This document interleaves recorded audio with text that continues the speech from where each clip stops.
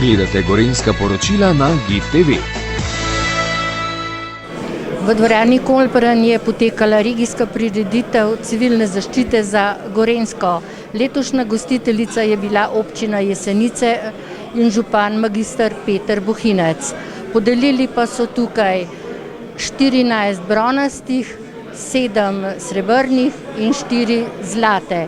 Podeljenih pa je bilo tudi 9 plaket, od tega pa jih je 5 prejelo že na Brdu.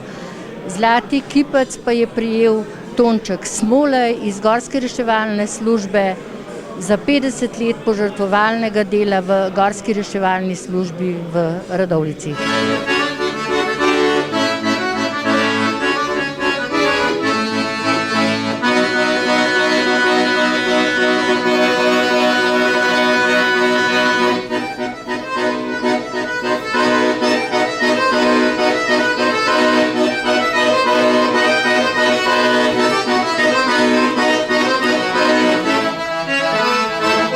Bila ste slavnostna govornica na današnji prireditvi, osrednje prireditve Gorenjske regije. In kakšno je bilo vaše sporočilo z tega mesta? Moje sporočilo je, da je nesreča tisto, kar nas lahko prizadene vsak trenutek in je zato pomembno, da smo na tak dogodek pripravljeni. In moje sporočilo je, da smo Slovenci znani potem, da smo prostovoljci in zato se zahvaljujem vsem prostovoljcem, ki so vključeni v sistem zaščite in reševanja, da svoj prosti čas izkoristijo za to, da se usposabljajo za to, da lahko pomagajo drugim in da so zmeraj pripravljeni se odzvati klicu na pomoč. Nesreče so bile in so še vedno. Ena največjih nesreč pa je bil zagotovo požar na Krasu, na kar se je odzvalo kar veliko civilne zaščite, gasilcev, prostovoljcev, ki so dneve in večere bedeli nad tem krutim ognjem. Ja, požar na Krasu je v bistvu en največjih požarov v zgodovini Slovenije, celo največji. In tukaj je bil aktiviran državni načrt zaščite in reševanja, ki predvideva vključevanje gasilcev iz celotne Slovenije. Torej so gasilcem na Krasu priskočili na pomoč kolegi iz celotne Slovenije, pripadniki Slovenske vojske, policije, civilne zaščite in vsi drugi reševalci, Rdeči križ, ki so lahko po svojih močeh prispevali k temu, da se je na koncu požar obvladoval. In pa seveda Slovenija je zaradi pomanjkanja sil iz zraka zaprosila tudi za pomoč preko mehanizma Unije civilne zaščite. In ti države, ki so se odzvale na ta klic, so v bistvu tudi pomagale pri tem, da smo bili v boju s požarom končni zmagovalci. Pripravljate pa tudi nacionalni program od leta 2026 do 2030. In kaj bo zajeto v tem nacionalnem programu? V nacionalnem programu bodo določeni cilji za naslednje obdobje, za nadaljnji razvoj sistema varstva pred naravnimi in drugimi nesrečami. Skušali bomo odpraviti vrzeli, ki so se pokazale in temelji na ocenah tveganja, temelji na oceni zmožnosti obvladovanja tveganj, ki kaže na to, da se v Sloveniji nesreče lahko pričakujemo tudi v prihodnje, različne vrste nesreč in zaradi tega se bomo z njimi, torej na njih pripravljali. Določeni so cilji nacionalnega programa po različnih področjih. Poudarek bo na preventivi, ker vlaganje v preventivo, preprečevanje nesreč se zmeraj pokaže kot tisto, ki se obrestuje. In pa glede na to, da se vse nesreče ne da odpraviti, bomo govorili tudi o tem, kako se še bolj učinkovito odzvati na različne posledice naravnih in drugih nesreč.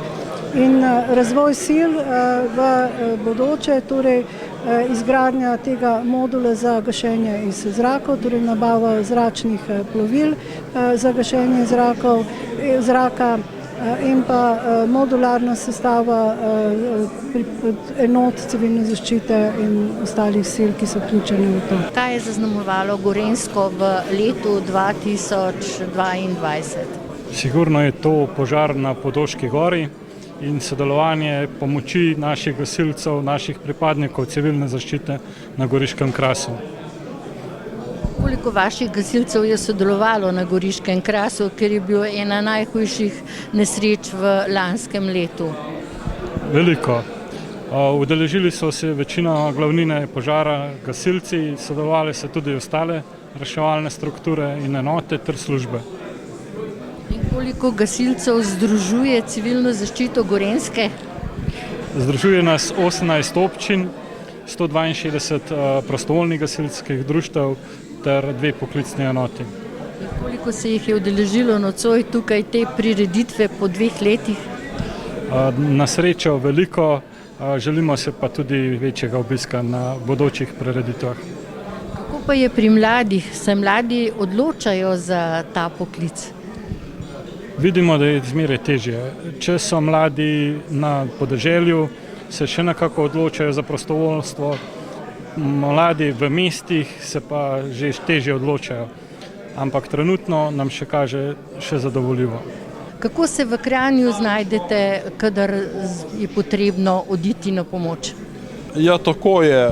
Regija, takrat, ko je potrebna pomoč iz drugih občin, enostavno deluje kot eno. To se je lanskem letu pokazalo predvsem na gozdnem požaru v Preddvoru, kjer so praktično se vsi okoliški gasilci, ne samo domači, odzvali na to pomoč in tako smo, bom rekel, z skupnimi močmi tudi obvladali ta požar. Je bil tudi ta najhujši v lanskem letu? Ne, v lanskem letu je bil seveda požar na Krasu tisti, ki je bil na Gorenjskem, je bil ta največji. Ja. Koliko časa ste porabili, da ste ga obvladali?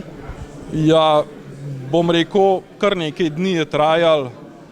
Seveda požarišča so bila tista, ki so potem še zavlekla, bom rekel, našo intervencijo, ker posamezno požarišče lahko še enkrat povzroči večji požar in je treba pogasiti res vsa ta požarišča. Na letošnji prireditvi v dvorani Kolperan ste prejeli poseben znak. Kaj to za vas pravzaprav pomeni? Kakšen znak? To je srebrni znak civilne zaščite.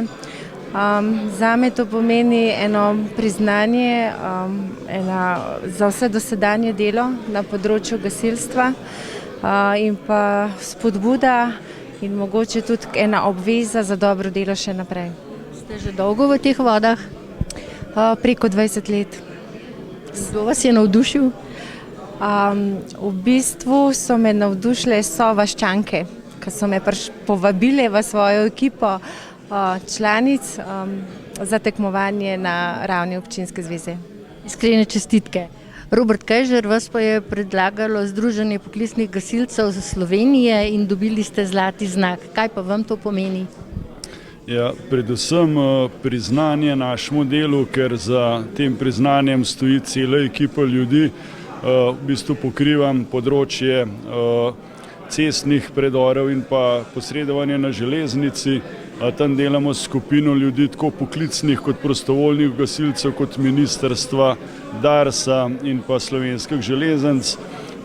Tako da res se vsi trudimo, da delamo v skupno dobro, za dobro vseh državljanov Slovenije in vseh, ki tudi vstopajo preko prometnic v Slovenijo. Trudimo se za kvalitetno posredovanje, primerno opremo, merila in jaz upam, da to priznanje dejansko pomeni, da bo vse to tudi zaživelo in da bomo zdaj te besede ali pa udejanjili.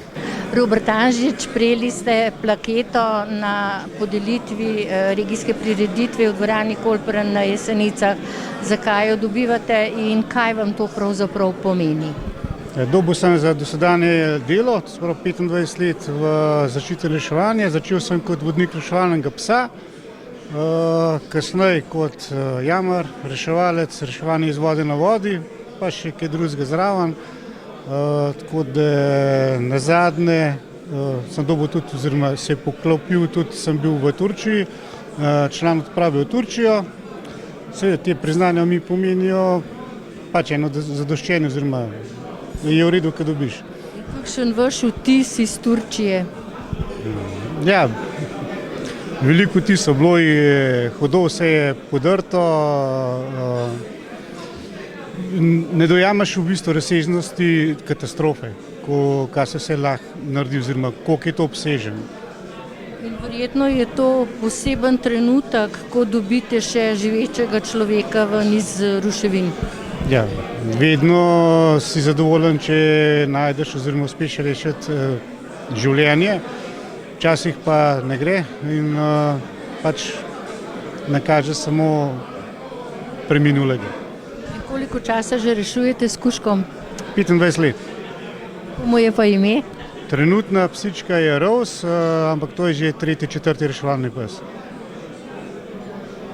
Hvala lepa in pa iskrene čestitke za plaketo in seveda na pomoč in še veliko takih humanitarnih akcij. Hvala vam.